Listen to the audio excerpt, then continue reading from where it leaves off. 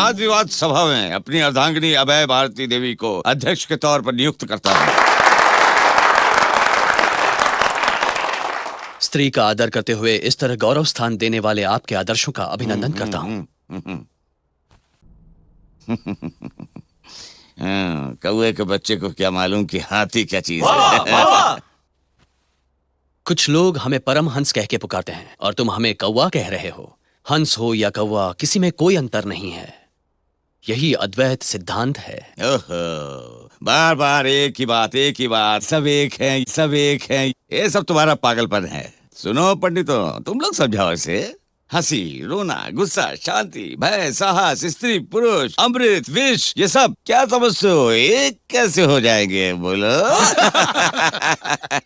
ये सारे आपसे पैदा हुए हैं। ये सब एक हैं, ये हमें थोड़ा विस्तार से समझाएंगे बाल ब्रह्मचारी जी? क्यों नहीं बताऊंगा, आप ही सब कुछ बताएंगे।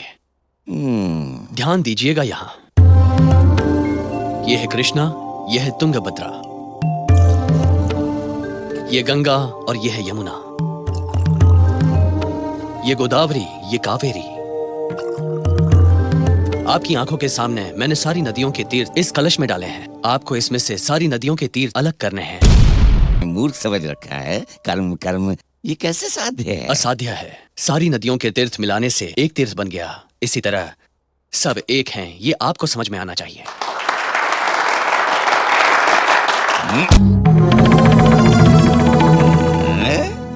अपनी उंगलियों को इस तरह बड़ा करके दिखाओ सबके सामने। हाँ, दिखाओ दिखाओ।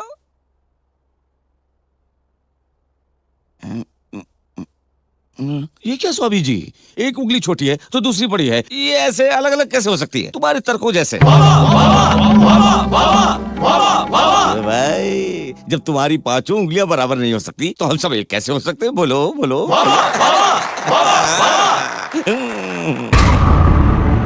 गया ना? अखिल शास्त्र से सम्मानित हुआ हमारा कर्म सिद्धांत। बिना अर्थ वाले, बिना तर्क वाले हम आपके सिद्धांतों को नहीं मानते। क्या समझे गुरु? परंतु आप अवश्य मानेंगे। बोलिए, कल श्राद्ध कर्म में आपके पिता को क्या दिया था आपने?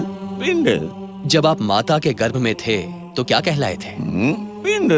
कलत्तान कंडम, मिलत भृंग शंडम, चलत चारु शुंडम, जगत त्राण शौंडम, लसत तत्त कांडम, विशत भंग चंडम, शिव प्रेम पिंडम। पिता के श्राद्ध में जो दान किया वो पिंड है। माता के गर्भ में भी पिंड है। आपको पता है आप पैदा हुए तब आपको क्या कहते? इतना भी नहीं मालूम। शिशु। जब आप बड़े हुए तब? बालक। उसके बाद युवक, वृद्ध। कुछ दिनों बाद देहांत होने पर आपको शव कहा जाए। कैसे लोग बातें कर रहे हो? कैसे अयोग्य बातें कर रहे हो? प्रस्तुत अप्रस्तुत सब कुछ एक है। आप ही से बुलवाऊंगा। बोलिए, अपने पिता के आप क्या बने? पुत्र। अपनी पत्नी के क्या बने आप? पति। आपका बेटा पैदा होगा तो? कैसी बातें कर रहे हैं आप? बताइए ना। क्या बनूंगा? उस बेटे की शादी के पश्चात आपके घर में बहू आएगी, उसकी आप क्या बनेंगे? ससुर बनूंगा। उसका बेटा पैदा होगा तो? दादा बनूंगा। अरे आश्चर्य की बात है, आप ही पिंड बने, बालक बने, बेटा बने, पति बने, ससुर बनेंगे, दादा बनेंगे, शव बनेंगे।